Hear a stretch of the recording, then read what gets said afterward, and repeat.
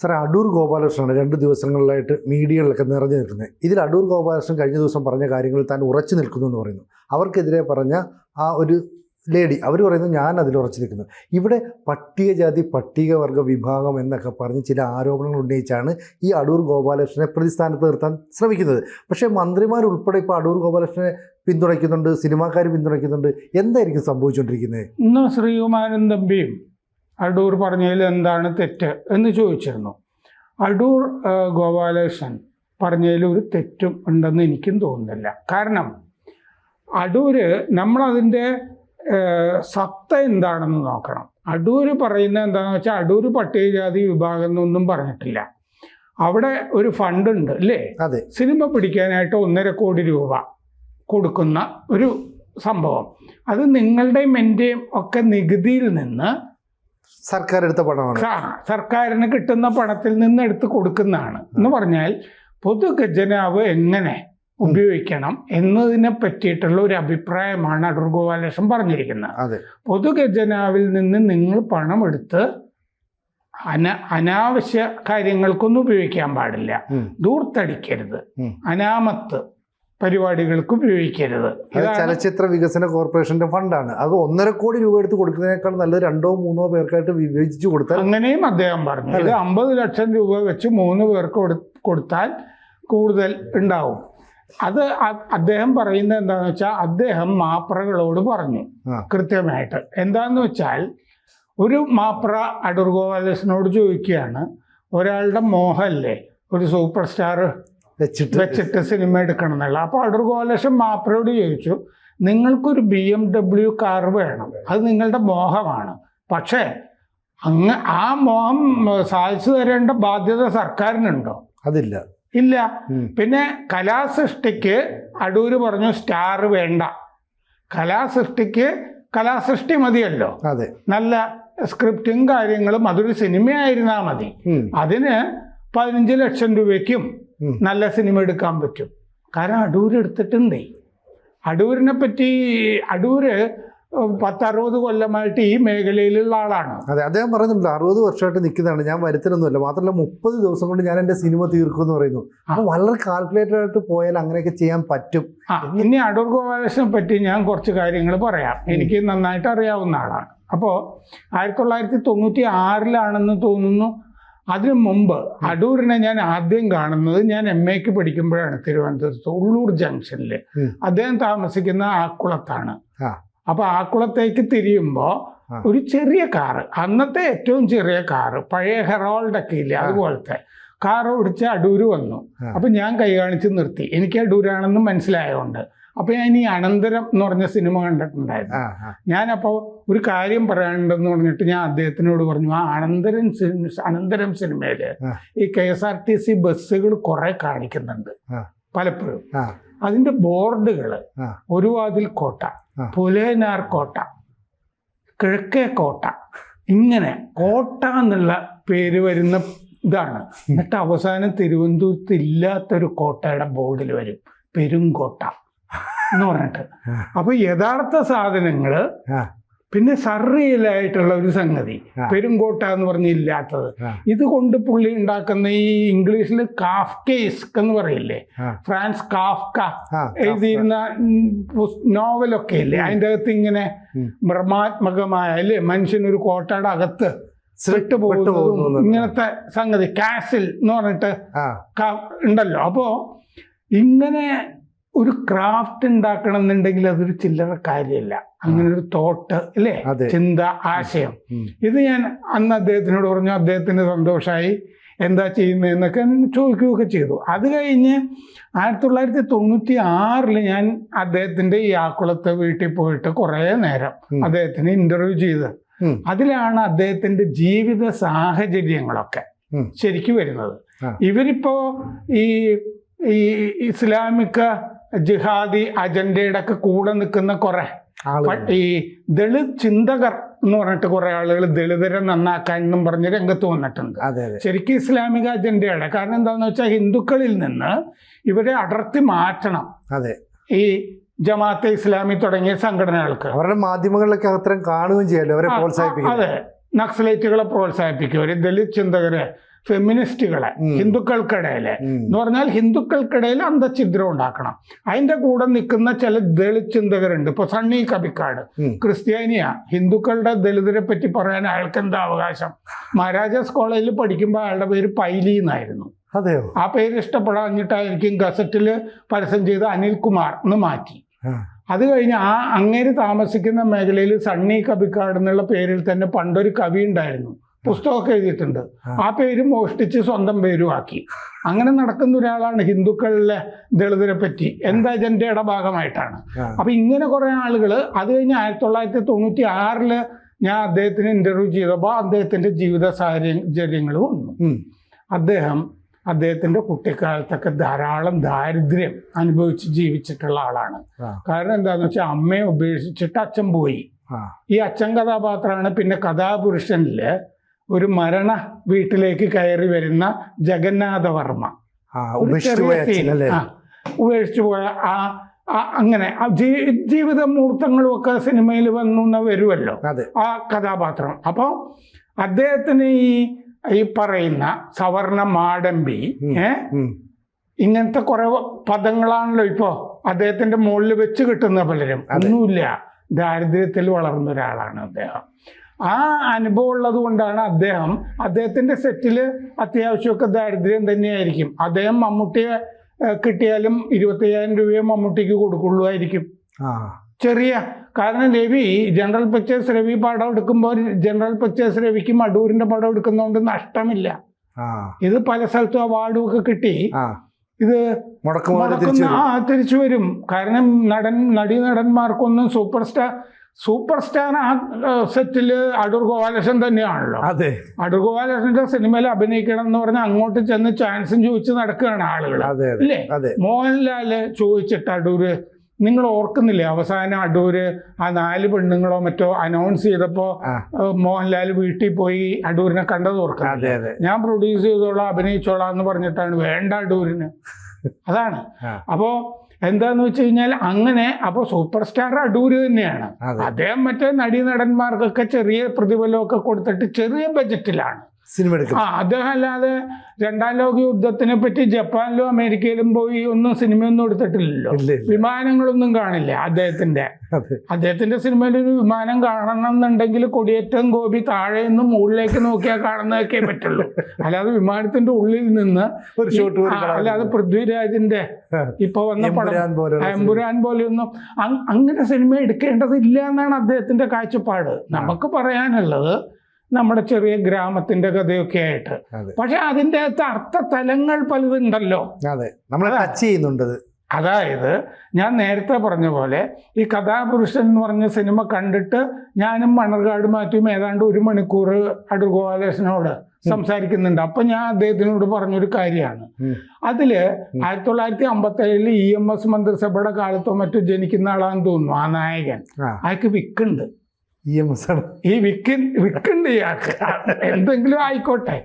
ഇയാൾ ഈ ഖരാക്ഷരങ്ങൾ എന്നാണ് ഇയാൾ എഴുതുന്ന പുസ്തകത്തിന്റെ പേര്. അതിൻ്റെ അകത്ത് ഇയാൾക്ക് ഉച്ചരിക്കാൻ പറ്റാത്ത അക്ഷരങ്ങൾ ആണ് ഖരാക്ഷരങ്ങൾ. അപ്പൊ ഇതൊക്കെ ശരിക്ക് ഓർത്തിണക്കി ആണിത് കൊണ്ടുവന്നിരിക്കുന്നത്. എന്നിട്ട് അയാള് രക്ഷപ്പെടുന്നത് എന്താന്ന് വെച്ച് കഴിഞ്ഞാൽ ഈ പുസ്തകമൊക്കെ എഴുതി ഒരു സ്വന്തമായ ഒരു വ്യക്തിത്വം ഉണ്ടാവുമല്ലോ.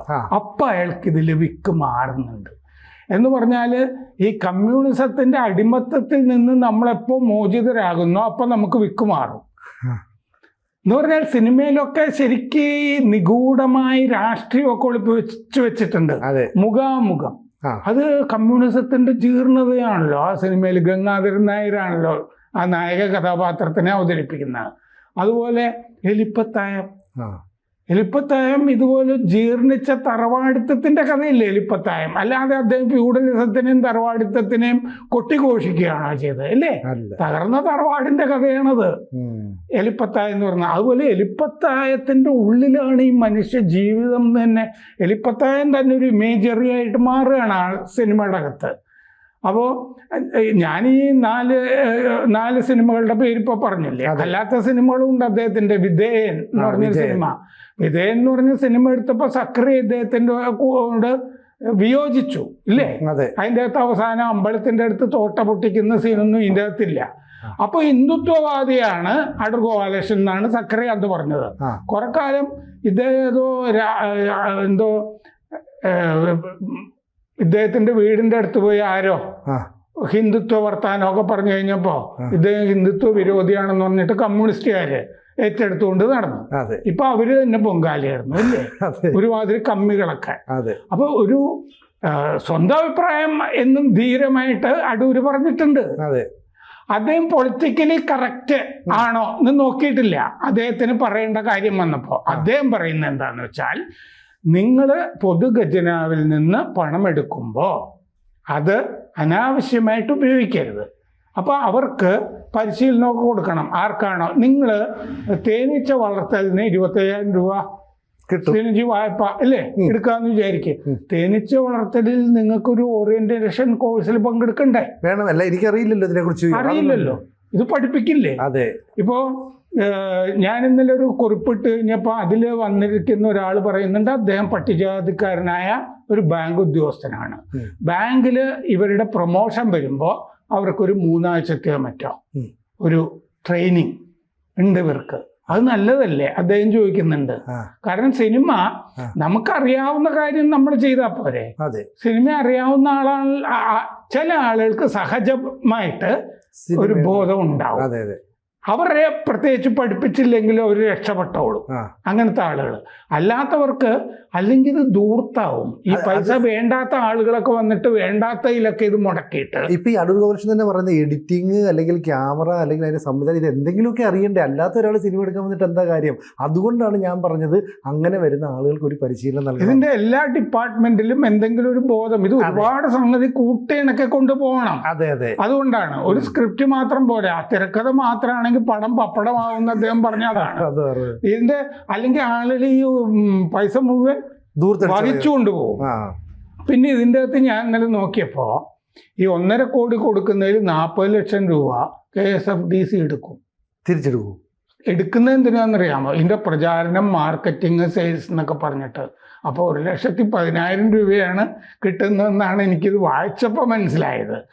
എന്തായാലും അടൂര് പറഞ്ഞ എന്താന്ന് വെച്ചാൽ 1.5 കോടി രൂപയ്ക്ക് 5-6 വീട് വെച്ചു കൊടുക്കാം. അപ്പോഴും അദ്ദേഹം ദരിദ്രരെ കണ്ടു. അത് നമ്മൾ ഓർക്കണം.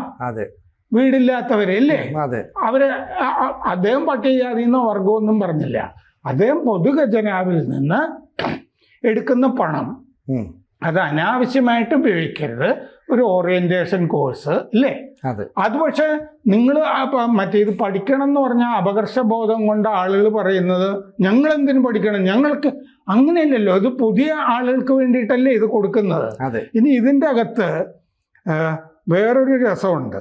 അതെന്താന്ന് വെച്ചാൽ ഇതിൻ്റെ അകത്ത് ഇപ്പോൾ ഇങ്ങനെ 1.5 കോടി രൂപ കൊണ്ട് എടുത്ത 3-4 സിനിമയുടെ ഞാൻ പേര് പറയാം, 6 സിനിമ. ഇതിൽ നിന്ന് എത്ര വരുമാനം കിട്ടി എന്നുള്ളത് നോക്കുക. ഡിവോഴ്സ് എന്ന് പറഞ്ഞ സിനിമ 1.5 കോടി 73,065 രൂപ ചെലവായിട്ടുണ്ട്. അതിന് 1.5 കോടി കൂടുതൽ ചെലവായിട്ടുണ്ട് ഡിവോഴ്സ് സിനിമ. ഇതിന് എത്രയെന്നറിയോ കളക്ഷൻ കിട്ടിയത്? 44,204 രൂപ. അത്രയും പൈസ മുടക്കിയിട്ട്. ഇനി ഇത് വിവരാവകാശം വഴി കിട്ടിയിരിക്കുന്ന B32 മുതൽ 44 വരെ, അതും 1.5 കോടി 56,612 രൂപ ചെലവാക്കി. അതിന് കിട്ടിയത് 6,88,609 രൂപ 19 പൈസ. 6 ലക്ഷം രൂപയാണ് കിട്ടിയിരിക്കുന്നത്. ഇനി നിള എന്ന് പറഞ്ഞ സിനിമ 1.46 കോടി ചെലവാക്കിയിട്ടുണ്ട്, 1.5 കോടിയിൽ താഴെ. അതിന് 2,49,944 രൂപയാണ് അതിൻ്റെ വരുമാനം. 2 ലക്ഷം രൂപ, ഏതോ 1.5 കോടി മുടക്കിയിട്ടേ. ഇനി ചുരുൾ എന്ന് പറഞ്ഞ സിനിമ, മറ്റേത് ഡിവോഴ്സ്, B32 നിള, അത് സ്ത്രീകൾക്ക് എന്നുള്ളതാണ്. ഇനി ചുരുൾ അത് SC/ST, അതിന് 1.37 കോടി രൂപ ചെലവായി. അതിന് കിട്ടിയ കളക്ഷൻ 72,906 രൂപ. 1 ലക്ഷം രൂപ പോലും തികഞ്ഞില്ല. ഇനി അടുത്ത SC/ST പടം അരിക്, അത് 1,23,292 രൂപ ചിലവായി. അതിൻ്റെ കളക്ഷൻ 93,195 രൂപ. ഇനി പ്രളയശേഷം ഒരു ജലകന്യക SC/ST വിഭാഗങ്ങൾക്ക് കൊടുത്തത്, അത് 1.44 കോടി രൂപ ചിലവായി. അതിൻ്റെ കളക്ഷൻ 2,41,520 രൂപ. എന്ന് പറഞ്ഞാൽ ഇത്രയൊക്കെ കളക്ഷൻ വന്നിട്ടുള്ളൂ. ഏറ്റവും കൂടുതൽ കിട്ടിയത് B32 മുതൽ 44 വരെ, അതിന് 6 ലക്ഷം രൂപ കിട്ടി. ബാക്കിയൊക്കെ 67,000 രൂപ, 50,000 രൂപ, ഇങ്ങനെയൊക്കെയാണ് ഇതിൻ്റെ കളക്ഷൻ. അപ്പോൾ സത്യത്തിൽ ഇത് ചില ആളുകൾക്കൊരു പരീക്ഷണം നടത്താനുള്ള ഒരു ഇല്ലേ, നമുക്കൊരു സിനിമ എടുത്ത് നോക്കാം. ഇവര് സ്ഥിരമായിട്ട് സിനിമാ രംഗത്ത് ഉണ്ടാകാനും പോകുന്നില്ല. ഇല്ല, അതും അടൂർ ഗോപാലകൃഷ്ണൻ പറഞ്ഞു, ഒരു സിനിമ എടുത്ത് പോകേണ്ടവരല്ല ഇവർ വീണ്ടും ആ ഫീൽഡിൽ തന്നെ നിന്ന് വീണ്ടും പുതിയ കലാസൃഷ്ടി വേണം. അപ്പോൾ ഈ അടൂര് പറയുന്നതിനെ ഇങ്ങനെ വളച്ചൊടിച്ച് വ്യാഖ്യാനിച്ച് അടൂരിനെ ഇങ്ങനെ ഒറ്റപ്പെടുത്താനും ഈ ദളിത് ചിന്തകർക്ക് വേണ്ടിയിട്ട് വഴിതിരിച്ചു കൊടുക്കാനും ചില അജണ്ട സകലതും. അതായത് അടുത്ത കാലത്ത് ഈ വേടൻ എന്ന് പറഞ്ഞിട്ടൊരു സാധനം വന്നത്, ഇതിനു മുമ്പും ഇങ്ങനെ ദളിത് എന്ന് പറയുന്നത്, ഈ ദളിത് ചിന്തകർ എന്ന് പറഞ്ഞിട്ട് ഞാൻ അവരുടെ പേരൊന്നും പറയുന്നില്ല, എല്ലാവർക്കും അറിയുന്ന ആളാണല്ലോ. ഇപ്പൊ കൊണ്ടുപോയി അടൂരിനെതിരെ കേസ് കൊടുത്ത വിദ്വാനും ഒക്കെ ഉണ്ടല്ലോ. ഈ TV-യിൽ മുഖം കാണിക്കുന്ന ചില ആളുകളാണ് ഈ ചിന്തകര്. വേറെ പണിയൊന്നും എടുക്കുന്നില്ല ഇവരൊക്കെ ഈ ഹിന്ദു സമൂഹത്തിൽ നിന്ന് ഈ ദളിതരെ ഒറ്റപ്പെടുത്തണം എന്ന് ഇസ്ലാമിക അജണ്ടയുടെ ഭാഗമായിട്ടുള്ള ഒരു ആശയം കേരളത്തിൽ പൊന്തി വരുന്നുണ്ട്. അതുകൊണ്ടാണ് ഇങ്ങനത്തെ സംഭവങ്ങളൊക്കെ ഈ സമൂഹത്തിൽ ജാതിയും മതവും പറഞ്ഞ ആളുകൾ വരുന്നത്. അടൂര് ജാതിയും പറഞ്ഞില്ല, മതവും പറഞ്ഞില്ല. പൊതുഖജനാവിൽ നിന്ന് പൈസ എടുത്ത് ചെലവാക്കുമ്പോൾ അത് ദൂർത്തടിക്കരുത്. അത് എല്ലാ പരിപാടിക്കും ഇല്ലേ, ട്രെയിനിങ് ഉണ്ട്, ഓറിയന്റേഷൻ കോഴ്സ് ഉണ്ട്, അതിവിടെ വേണമെന്ന് മാത്രമേ പറഞ്ഞുള്ളൂ. അത് ഏത് സിനിമ മേഖലയെ പറ്റി വിവരമില്ലാത്ത ആളുകൾ ഇതൊക്കെ അറിഞ്ഞിരിക്കുന്നത് നല്ലതാണ്. നമ്മൾ നാളെ പശു വളർത്താനായിട്ട് ബാങ്കിൽ ലോണിന് പോയാൽ അവർ ചോദിക്കില്ലേ, അതെ, നിങ്ങൾക്ക് പശുവിനെ തൊട്ട് പരിചയമുണ്ടോ, പശുവിനെ കറന്ന് പരിചയമുണ്ടോ, പശുവിനെ കണ്ടിട്ടുണ്ടോ, ചോദിക്കും ഇല്ലേ? അതെ, ഇത് എല്ലായിടത്തും നടപ്പാക്കുന്നതാണ്. നിങ്ങൾക്ക് കാശ് വരുമ്പോൾ ഇതിൽ സത്യത്തിൽ കാശ് തിരിച്ചു മേടിക്കുന്നുണ്ടോ? ഇല്ല. നമ്മൾ പശു വളർത്തലിന് കാശ് എടുത്താൽ തിരിച്ചു കൊടുക്കണ്ട, ഇതിൽ 5 പൈസ തിരിച്ചടക്കേണ്ട 1.5 കോടി രൂപയായത്. അതിന് പരിശീലനം കൊടുത്ത് ഇവരെ നന്നാക്കണം എന്ന് പറഞ്ഞു കഴിഞ്ഞാൽ അതിലെന്താ തെറ്റ്? അതൊരു നല്ല കാര്യമാണെന്ന് മനസ്സിലാക്കാതെ ഒരാളെ കുരിശിലേറ്റാനാണ് ഇപ്പൊ ശ്രമിച്ചുകൊണ്ടിരിക്കുന്നത്. കൂടുതൽ വാർത്തകളും വിശേഷങ്ങളും നിങ്ങളിലേക്ക് എത്താൻ ABC മലയാളം സബ്സ്ക്രൈബ് ചെയ്യുക, ബെൽബട്ടനും അമർത്തുക.